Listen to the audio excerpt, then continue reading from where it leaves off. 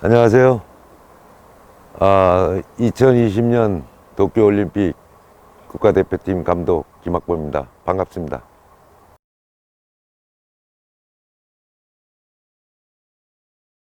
희생입니다. 팀을 위해서 희생하면서 해야만이 자기가 더 돋보일 수 있습니다. 왜냐면 자기만 튀려고 하면 팀은 잘못된 방향으로 갈 가능성이 굉장히 높거든요. 그래서 저는 선수들뿐만 아니라 팀 구성원, 코칭 스텝 포함 스텝 모든 사람들한테 희생을 강요하면서 한 곳을 바라보고 같은 마음으로 가기를 주문합니다. 설령 배가 산으로 가더라도 우리가 산으로 전부 다 갔을 경우에는 문제가 발생되지 않지만 자기만 살자고 내리미를 해서 여러 가지 문제점이 많이 발생하거든요. 그래서 저는 그런 부분을 일단 팀을 끌고 가는데 제일 중점으로 두고 그렇게 운영하고 있습니다.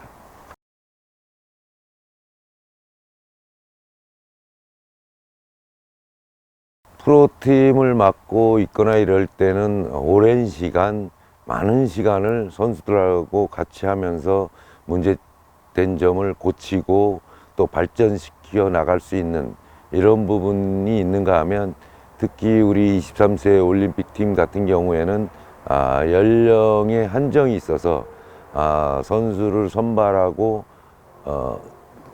훈련하는 데 많은 애로점이 있고요.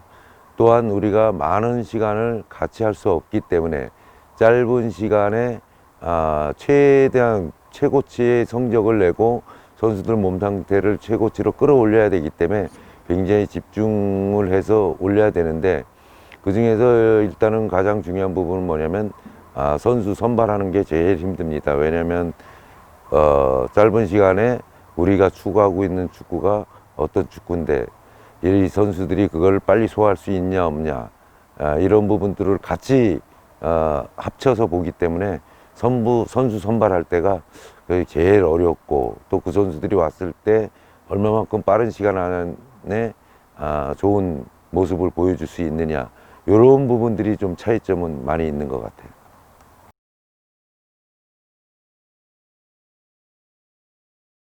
뭐 리그 토너먼트는 다 똑같다고 봐요. 왜냐면 리그는 장기적인 리그 운영을 어떻게 끌고 갈 것인가 이런 부분을 먼저 틀을 짜야 되거든요.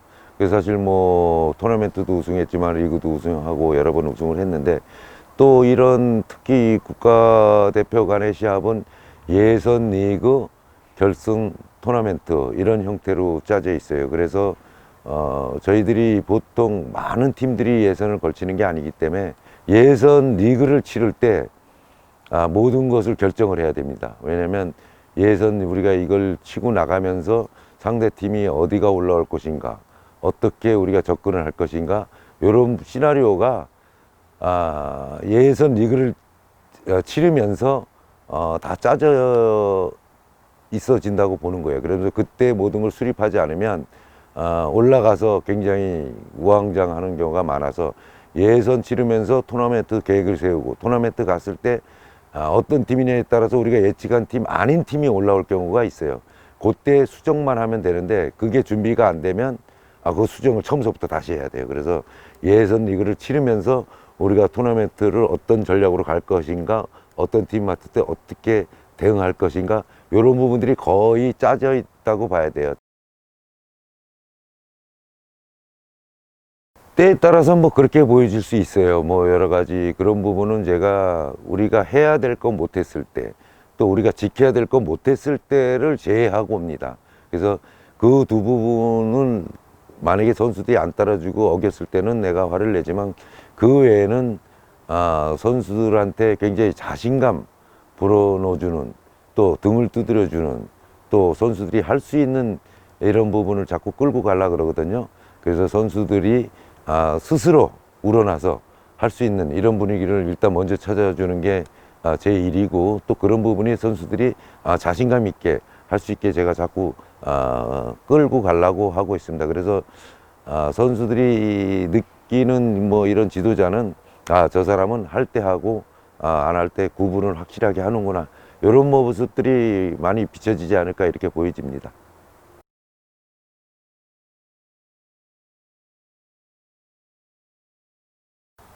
코칭 스텝이라면 이제 모든 사람들이 다 들어가 있어서 팀을 위해서 헌신하는 이런 스텝을 이제 말하는 건데요.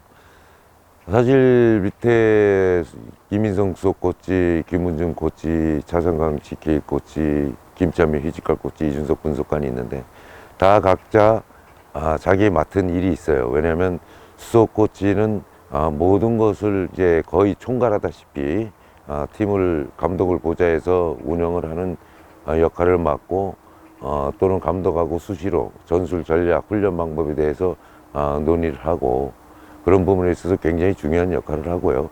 또 김은진 코치 같은 경우도 역시 마찬가지로 거기서 내려오는 부분을 선수들한테 일단 우리가 운동장에서 주입은 하지만 그래도 세세하게는 못하니까 그런 세세한 부분들은 또 김은진 코치가 맡아서 하고 있습니다. 그리고 GK 코치는 차상강 코치가 하고 있는데 그건 어차피 골키퍼 같은 경우는 특수 포지션으로 분류해서 전적으로 차상강 코치한테 일임해서 차상강 코치의 말을 전적으로 신임을 합니다.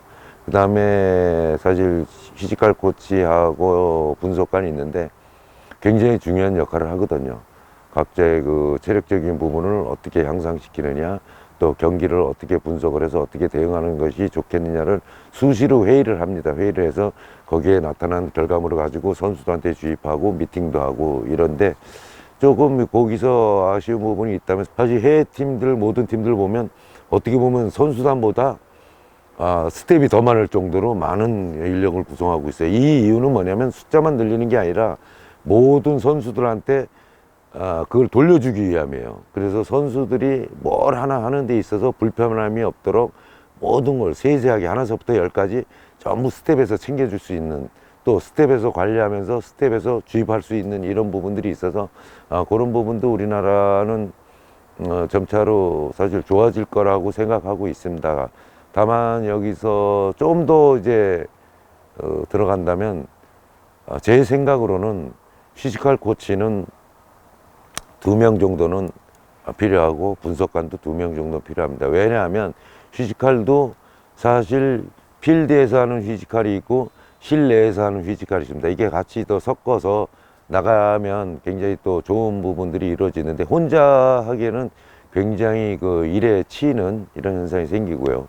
분석 같은 경우도 마찬가지입니다. 분석도 혼자서 예를 들어 시합을 하면 혼자서 분석하고 미팅 자료 준비하고 하기가 굉장히 시간을 많이 뺏겨요. 그래서 사실 기록은 기록대로 보고 경기만 또 분석하면 경기 분석만 하는 대로 이렇게 해서 세분화시키면 훨씬 더 시너지 효과를 일으키지 않을까 생각하는데 점차 우리나라도 그런 부분에서는 발전해 나가지 않을까 이렇게 보여집니다. 그래서 그런 부분에는 인원이 더 충당이 돼도 팀을 위해서 더 좋은 경기력을 위해서는 굉장히 많은 도움이 될 것 같아요.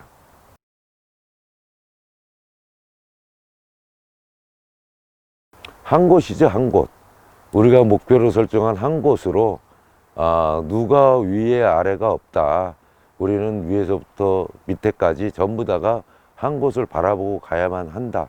우리가 소집하는 날서부터 이 시합이 모든 게 끝나는 날까지는 같은 한 팀으로서 한 곳만 바라보고 간다. 이런 부분을 굉장히 주안점을 두고 있어요. 그래서 그때는 뭐 사실 다 고생하잖아요. 뭐 스텝든 스텝 나름대로 선수는 선수대로 코칭 스텝 코칭 스텝대로 또 그 외에 여러 사람들이 그 팀을 위해서 굉장히 고생한단 말이에요. 그래서 이때는 모든 사람들이 한 곳을 막 바라만 보고 갈 수 있게 서로 편하면서 누가 위가 아닌 군림하는 자리가 아닌 같은 자세에서 같이 보고 간다 이런 부분에서 사실 저는 그렇게 준비하고 있거든요. 근데 그게 굉장히 중요한 것 같아요. 그건 뭐냐면 나도 이 팀의 일원이구나, 나도 이 팀에 소속감이 있구나, 여러 가지를 심어주고 또 같이 승리했을 때나 또 졌을 때 기뻐하고 슬퍼하고 이런 것들이 다 같이 가야 그게 그 팀이라는 거죠. 그래서 꼭 그런 팀들을 보면 성적이 잘 나요. 그래서 그런 모습들을 많이 강조하고 또 그런 걸 보여주고 싶은 거죠.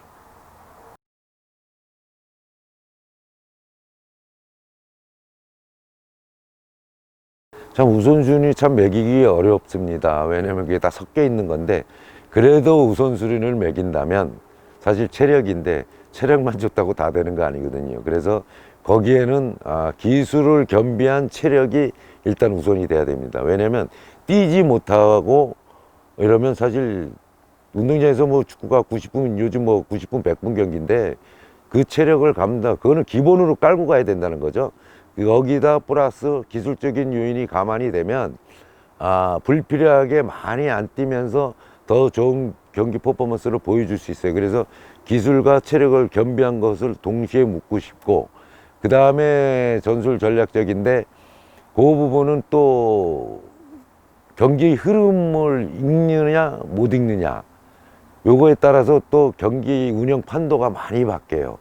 그래서 그런 부분을 이제 세 번째로 꼽고 싶고, 그 다음엔 이제 심리적인 부분인데, 그 중에서도 심리적인 부분에서도 자신감이라는 거죠. 할 수 있다, 나는 쟤를 이길 수 있다, 이런 부분들을 집어넣고 경기를 할 때도 자신 있게 실패를 하고 실수를 하더라도 또 도전하는 이런 심리적인 요인을, 너는 할 수 있어, 실수해도 괜찮아, 또 뺏으면 돼, 이런 쪽으로 네 가지를 묶으면 사실 자동적으로 돌아가는데, 그래도 순위를 매긴다면 기술을 겸비한 체력, 그거는 동시에 같이 묶어야 될 것 같고요. 그 다음에 전술 전략이 세 번째로 들어가고, 그 다음에 심리적인 요인을 네 번째로 뽑아서 요게 한 덩어리라고 이렇게 보여집니다.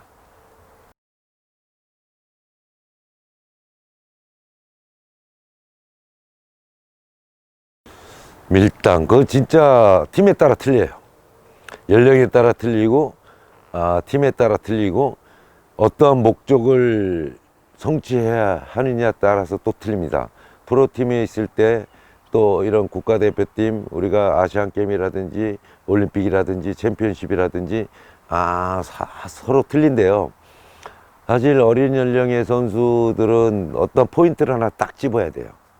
자, 예를 들어 우리가 아시안게임이다, 얘네들의 목적이 뭐냐, 이 힘든 훈련을 이겨내고 상대를 이겨야 될 만한 이유가 이거다, 이런 부분을 집중을 시키면서 끌고 나가는 거죠. 근데 거기는 뭐 굉장히 뭐 강압적으로 할 때만 하고 뭐 하고 이러면 사실 우리나라 선수들 몸에 힘이 들어가요. 몸에 힘이 들어가면 이게 뭐 그냥 어깨에 힘 들어간다는 게 아니고, 몸에 힘이 들어가면 내가 해야지 이런 부분들이 들어가면 운동장에서 자연스러운 동작, 자연스러운 퍼포먼스가 절대로 안 나오고, 도리어 심리적으로 우리가 스스로를 누르면서 경기를 하는 이런 현상이 많이 발생이 돼요. 그래서 그 포인트가 어디냐에 따라서 접근을 하는데, 접근하는 방법은 평상시에도 계속 주입을 하는 거예요. 쉽게 얘기하면 세뇌교육 하듯이.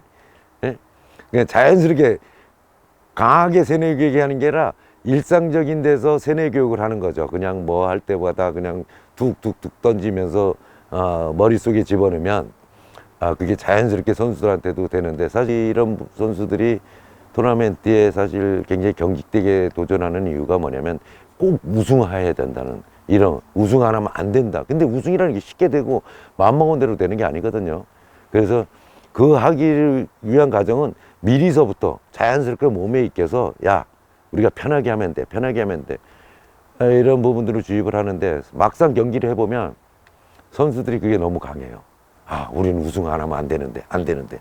사실 이게 심리적인 부분을 선수들한테 굉장히 누르고, 또 경기력에서 그게 눈에 보이거든요. 사실 이번 나도 경기를 해봤지만 그런 것들을 운동장에서 많이 봤어요. 그래서 지금도 마찬가지지만 그런 부분이 안 나오게 자연스럽게 하면서 좋은 시너지 효과를 일으킬 수 있는 이런 부분에 대해서 지금도 굉장히 많이 생각하는데, 일단 심리적인 부분을 일단은 잘 컨트롤해야 우리가 특히 아시안권 시합 꼭 어떤 타이틀이 걸린 거 있잖아요. 말로는 할 수 없지만 그런 목적을 꼭 달성해야 되는 이런 경기에 있을수록 선수들 심리적인 상태를 좀 더 다운시키면서 진짜 자연스러운 데서 좋은 동작들이 나올 수 있는 이런 부분들을 준비해야 될 것 같은데, 그런 거를 여태껏은 선수들이 그나마 그래도 잘 이겨내서 질 것 같습니다. 이제 그래서 마지막 하나 또 남은 거 있잖아요. 연령별 대회는 올림픽 대회. 이 올림픽 대회도 그렇게 준비해야 하지 않을까 그래 싶습니다.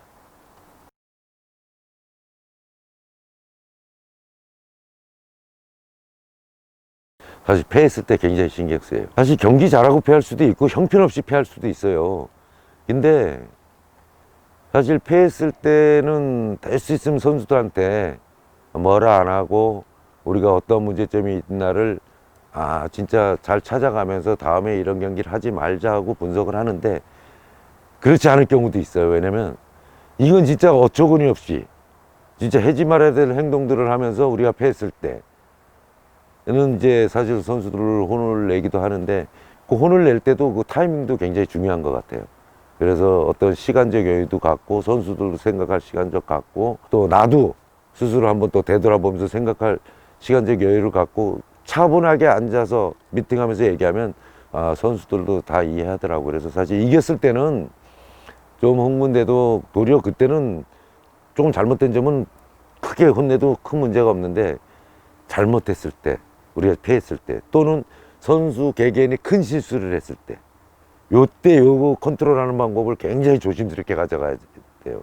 그렇지 않으면 어떤 선수들이 다운될 수 있는, 그 경기로 인해서 이 선수가 그냥 쿡 다운될 수 있는 이런 부분들이 있기 때문에 굉장히 패했을 때 접근하는 방법을 굉장히 조심스럽게 해야 된다.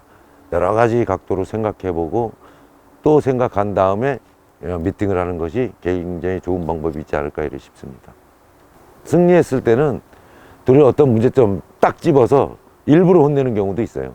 왜? 다음 경기를 위해서. 왜냐면 이겼다고 또 잘못해서 다음 경기 또 소홀히 할 수 있어서, 이겼을 때는 도리어 선수들 혼내기가 쉬워요. 근데 이제 졌을 때는 사실 그런 부분까지 다 감안을 해서 얘기를 해야 된다는 거죠. 한 7점. 지체 없죠. 왜냐면 10점은 없어요.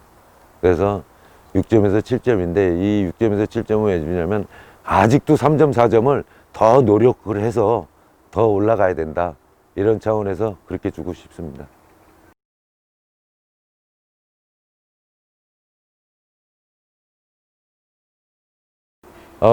바이에른 뮌헨은 진짜 독일의 명문팀이죠. 독일의 명문팀이고, 독일에 우리 어린 선수들도 많이 나가 있습니다. 나가 있는데, 사실 그 선수들이 사실 나가서 18세까지는 적응을 좀 잘해요. 잘하는 이유가 뭐냐면 피지컬적인 부분도 그렇고, 양발, 오른발, 왼발도 다 쓰고 이런 부분에 적응을 잘 하는데, 거기서 더 치고 올라가려면 상대하고 피지컬적인 부분, 기술적인 부분을 더 치고 올라가야 되는데, 거기 좀 거기에 치는데 자꾸 부딪히는 이런 모습을 봤는데, 사실 독일 축구는 참 매력적인 축구예요. 왜냐면 한국 축구하고 통하는 점이 많이 있어요. 왜냐면 독일도 예로부터 독일 자기 자체만의 축구를 굉장히 고집하거든요.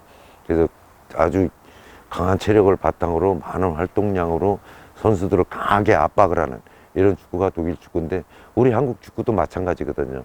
사실 옛날서부터도 뭐 체력 했는데, 사실 그런 부분에서 우리 선수들도 굉장히 향상돼 있고, 체력적인 부분도 발전돼 있고 기술적인 부분도 발전돼 있는데, 그러한 그 체력과 기술을 같이 합하면서 많이 뛰는 축구를 하는 게 한국 축구고, 또 독일 역시 마찬가지거든요. 독일에서도 강한 체력을 바탕으로 굉장히 많이 뛰면서 상대를 압박하는 축구를 하거든요. 그래서 그런 부분에서는 조금 통하는 부분이 있다고 이렇게 보여집니다. 그래서 아마 바이에른 뮌헨에서도 그렇게 보여진 것 같아요.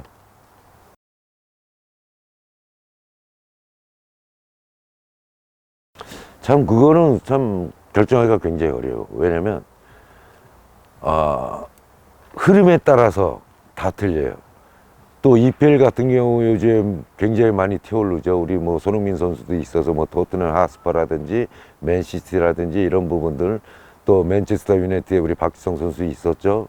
그다음에 첼시라든지 이런 부분이 튈 때는 또 EPL이고, 또 사실 라리가 같은 경우에는 또 바르셀로나, 레알 마드리드, 예? 이런 부분들이 또 굉장히 또 득세를 하면서 또 치고 올라가고, 분데스리가는 또 바이에른 뮌헨이라든지 도르트문트라든지 샬케라든지 이런 부분들이 지금 굉장히 많이 튀어올라오거든요. 그래서 그때마다 팀 운영하는 방법에 따라 틀려서 사실은 그때마다 바뀌는 건 맞는데, 사실 제가 생각하고 내가 볼 때는 사실은 저는 스페인 쪽이 굉장히 우리나라 체형에 맞아요. 사실 스페인 선수들이 크지 않거든요. 어떻게 가서 실질적으로 보면 체형도 거의 우리랑 비슷하면서 사실 세계적으로 지금 올라가 있단 말이에요.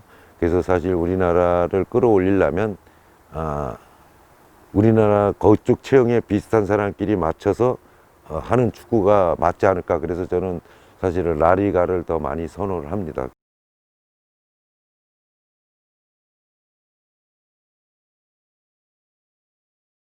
그 특별하게 없어요. 왜 없냐면 사실은 너무 생각을 많이 하고 그 모든 스트레스를 내 몸으로 다 받아버리면 나한테 굉장히 큰 충격이 와줘요. 사실 우리가 만병의 근원이 스트레스인데 그 한 가지 시합할 때마다 모든 것을 내가 몸으로 다 받는다면 결국은 나는 끝까지 가지 못하고 주저앉을 수 있는 가능성이 굉장히 높거든요. 그래서 사실은 저는 빨리 잊어버리라고 얘기하고 싶어요. 꼭 기억할 한두 가지만 놔두고, 우리가 10가지가 있다면 10가지를 다 받고 다 얘기하려고 그러면 그것도 안 되거든요. 그러니까 자, 10가지가 있으면 중요한 거 1, 2, 3번 순서를 정해서 버릴 건 버리라는 거죠. 버릴 건 버리다 보면 남는 두세 가지, 요 부분만 갖고 논의하면 7개 부분은 벌써 내 몸으로 안 받는다는 거죠. 그래서 사실 내가 몸으로 다 받아들이면 굉장히 큰 몸에 상처를 입어요. 그래서 그런 부분은 힘들고, 사실 그런 지도자들 많이 봤어요. 보면 내 몸으로 다 받고 온통 그냥 골몰하면서 그 생각을 하더라고요. 그래서 저는 이만, 야, 잃어버릴 건 빨리 잃어버려. 그 대신에 중요한 것만 딱딱 집어. 그래서 사실 저는 빨리 잃어버리라는 거죠. 잃어버리라는 게 버리라는 거죠. 버리고 네가 꼭 생각할 거 두세 가지만 포인트를 찾아서 그것만 딱 해. 길고선 몸으로 다 받지 마. 어차피 내가 다 해결이 안 되면 버리라는 거죠. 그리고 거기에 대해 도전하고 즐겨보라는 거죠.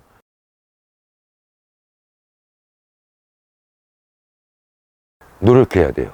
지도자가 먼저 노력하고 공부하고 모든 것을 먼저 받아들여야 됩니다. 그래야 선수들한테 주입하기가 쉽고 선수들도 이해하고 선수들이 따라온다고 보여지거든요. 사실 저 같은 경우는 뭐 지금도 끊임없이 자꾸 축구가 하면 팔수록 어려워지는 것 같더라고요. 자꾸 공부를 해도 또 어렵고 공부를 해도 또 어렵고, 근데도 계속 모자란 것 같아요. 지금 지도자 하시는 분들이나 또 새롭게 지도자 도전하시는 분들, 또는 중간급에 있는 지도자분들한테 얘기해 주고 싶은 거는 뭐냐면, 우리 감독은 선진 축구를 많이 지향하면서 굉장히 우리한테 주입하는 노력을 게을리하지 않고 있구나. 저 사람은 축구에 대한 부분들이 굉장히 우리가 믿고 따라가도 되겠다 하는 부분을 가지려면 내가 노력하고 공부하고 또 그거를 또 파고 들어가서 선수들한테 어떻게 잘 주입해냐가 굉장히 중요해요. 왜냐면 내 머릿속에 많이 있는데 이걸 선수들한테 주입하는 과정에 있어서 제대로 주입을 안 하면 선수들은 무슨 말을 하는지 몰라요. 사실 뭐 명강사 이런 부분들이 왜 명강사일까 한번 생각해 보면 굉장히 간단 명료한다는 거죠. 선수들 귀에, 머리에, 가슴에 탁탁 와닿게 한다는 거죠. 그런 부분이 되려면 내가 먼저 많이 알아야 돼요. 많이 알고 그 중에서 딱 추스려서 선수들한테 요것만 딱 주입할 부분만 던져주면 선수들이 금방 안다는 거죠. 그래서 지도자가 그런 부분을 먼저 다 한 다음에 선수들한테 하는 이런 모습의 지도자가 또 오래 갈 수 있어요. 잠깐적인 부분이 아니라 사실 뭐 지도자 2, 3년 하고 그만둘 거 아니잖아요. 그러니까 지도자를 오래 자기가 계속 발전적인 모습을 보여주려면 자기도 계속해서 도전하고 발전하고 노력해야 된다는 거. 이런 부분은 분명히 명심하고 지도자를 했으면 좋겠어요. 그 지도자가 그렇게 쉬운 게 아니에요. 계속 갈수록 벽에 부딪히고 또 벽에 부딪히는데, 이런 부분들이 지도자가 넘지 못하면 선수들 보고 어려운 환경을 넘으라고 얘기할 수 없거든요. 그래서 그런 부분에서 먼저 지도자가 앞에서 끌고 선수들을 끌고 갈 수 있는 이런 부분이 이렇게 이루어지는 지도자가 됐으면 좋겠습니다.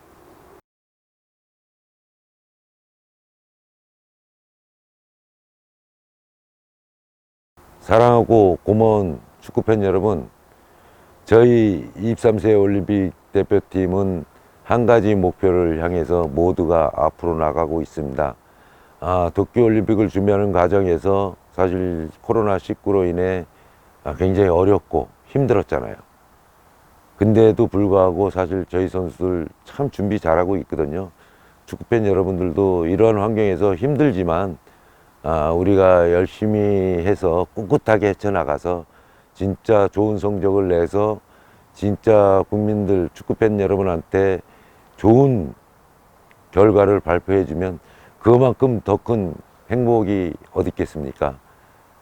저희를 질타해 주시고 격려해 주시면서 저희들이 꼭 가서 좋은 힘을 내서 좋은 결과를 가지고 올 수 있도록 축구팬 여러분 많은 격려, 고마움 함께 해주셨으면 좋겠습니다. 감사합니다.